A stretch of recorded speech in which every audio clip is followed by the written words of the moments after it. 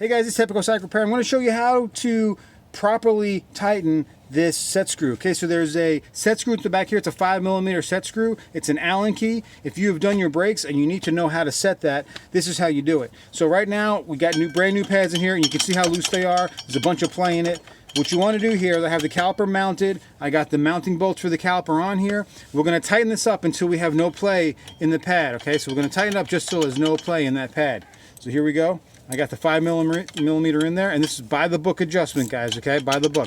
Keep wiggling this thing until less and less. Here we go. Almost gone. Okay, and there we are, okay? So right now it's tight up against it.